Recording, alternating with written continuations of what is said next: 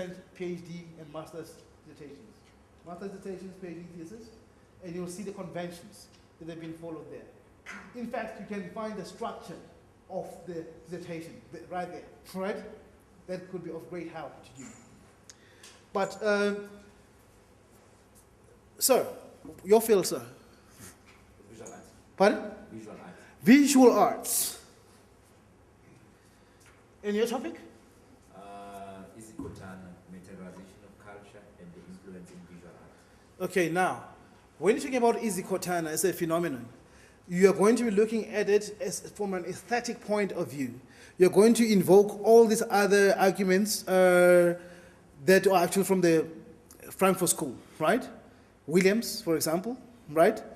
And you are going to be looking at the way in which social theory has impacted on the new developments in the field. But you should be able to know who are the most important proponents of those kinds of theories of materialist culture. Looking at the phenomenon is Kotan as a rebellion or a celebration, or what Lacan would call charivari, okay, the carnivalesque, okay? You know, are you aware of the term? You should be able to know. These things should just spring to mind immediately, okay? The aesthetic. You know, you should be able to know the value of the aesthetic and the arguments of consumerism in post-independent societies. Then you should be able to say that I'm classifying my arguments on the basis of this kind of scholarship. There's a body of thought that locates this kind of behavior. It's also there in Brazil, all right? But in South Africa, it's unique because the levels of poverty, although they're the same in South Africa, okay, are actually having different kind of drivers, unemployment, all right, and corruption, and so on, okay? What is there to celebrate? You understand? Try and look into that, but look at the key arguments in the field. If you want to develop your own unique theory, all right, of consumerism and the seduction of labels, okay, in Scotland, okay, the seduction, all right, because there has been other traditions before then, they're documented. The work of Peter Delius and others in history, Uksoenka, all right? You understand that? The fashionistas, all right? Swag in the US, all right? There are studies that are there in Journal of Black Studies. You should be able to go to the journal and see what is happening. Look at the Journal of Popular Culture. Yes, and you are able to know, Journal of Popular Culture is US-based. You should be able to know that these kinds of phenomena are symptomatic of what? From what perspective? If you're saying that, yes, symptom of corruption, the symptom of demise, that we are now getting to a wasteland, that, you know, children are now showing us that the moral generation project is failing in South Africa, and so on, you should be able to buttress your arguments with proper scholarship. Are you with me? Yeah. So then you start by advancing your own argument and say, this is my position on the basis of this kinds of readings. What's the topic? Communication satisfaction. You see, but now you should be able, that's too broad a topic. Unless you're writing a book on communication, you also have to say that you're moving from this kind of protocols of communication. There are many schools of thought, right? In communication satisfaction. The most prominent one of the last 5 years has shifted, the balance has shifted from the London School of Economics to the University of Sheffield, isn't it? Where they emphasize political communication, right?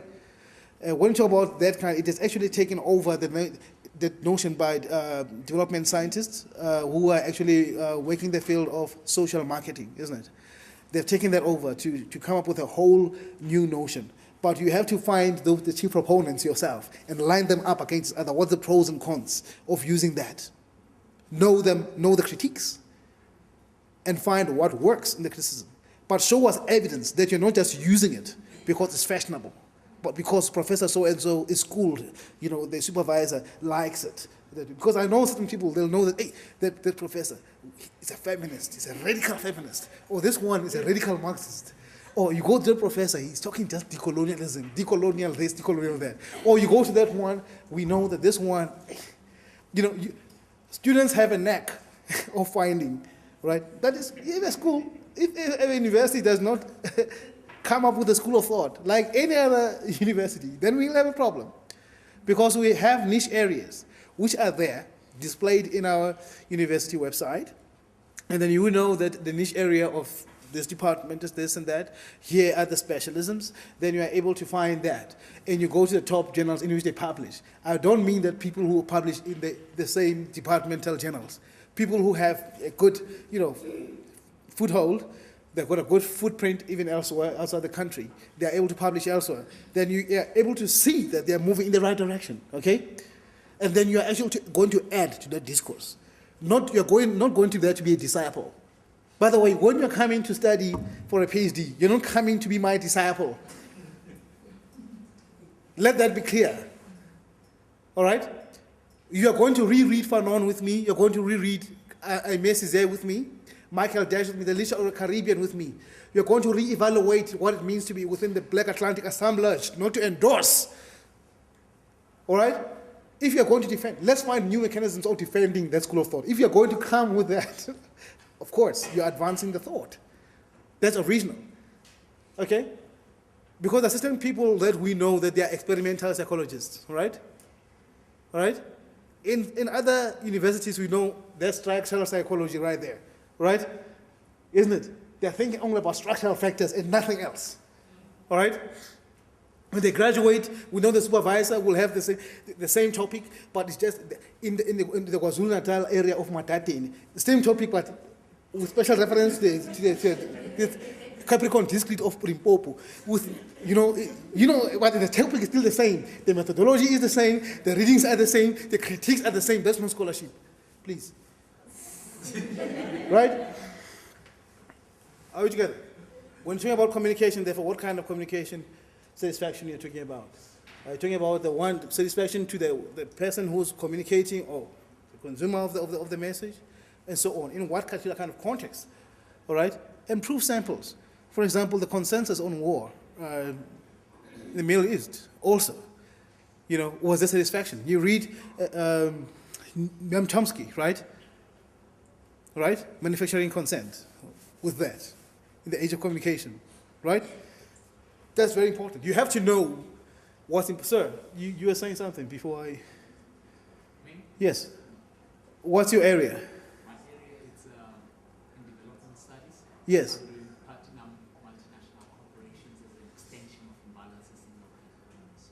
Right. That argument, I can tell you straight up, is based on a critique of what we call the political economy. All right? But you have to know that when you use that approach, the critique of the political economy has gained weight only, or even currency, only in the last few years because of the failures of globalization and the extension of poverty. There's a new kind of, it's called a body of work that shows that the North axis kind of division is not just about technology transfer or about just inequities. It is also about the flow of currencies. Or subsidization, cross-subsidization of labor, that we as South African workers are subsidizing workers in the same company somewhere in Sweden, all right? All right? So we cannot be talking about worker solidarity anymore, in that sense, okay? But when you talk about MNCs, you also have to look at mineral beneficiation, the policies of mineral beneficiation, and you have to know the arguments about mineral beneficiation in the field, and trace them in the last 20 years. What has changed in the last 20 years? All right? Right, for branding. Then you have to go to branding and social media. And there are chief proponents in the field. That one is actually fairly ubiquitous, but we are going to have to deal with a lot, okay?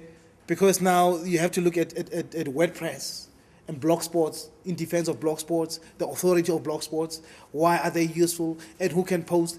Sometimes in this blog in WordPress, you can brand yourself. People can brand themselves through, through WordPress, right? Even publishing houses can do that. Individual scholars have branded themselves through that.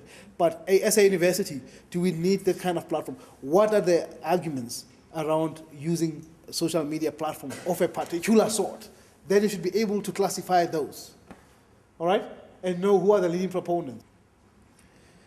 But I think in the best, like I said, go to your subject librarian. They will assist you with that. They will have an MLA referencing. They'll have, if you have Chicago style, they'll show you how to go about in that. And you'll find a dissertation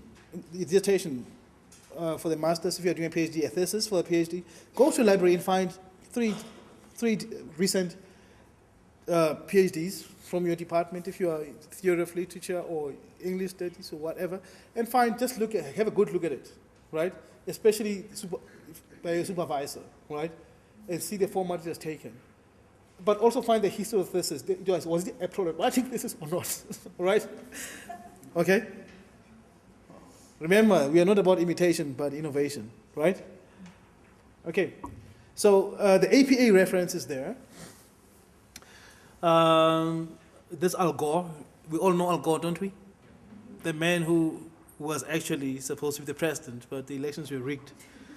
I pray that they're not rigged even here. Anyway, Al Gore, An Inconvenient Truth, the Planetary Emergency of Global Warming and What We Can Do About It. Okay, it's a book, but so you just put the abbreviation of the first name, Gore A, and in text reference, you don't use the page number in the text. You just say Gore. This APA reference doesn't use page numbers. It's only Harvard that will use page numbers in the text and use a P whatever, isn't it? All right? All right? So there are different styles of referencing, but those you'll find with the subject librarian. The Chicago reference style, the Harvard style, I'll show you the examples if you want examples. But it depends whether in development studies or in sociology, we don't have a one-size-fits-all kind of referencing, all right? But the College of Graduate Studies has something. I'm sure, Professor Murray, we have a standard referencing system, right, for our college. So naturally, you'll find the one that's preferred by the college there on the website. And what do we read? What are we going to read? Go figure. Anyway, that is the end of it.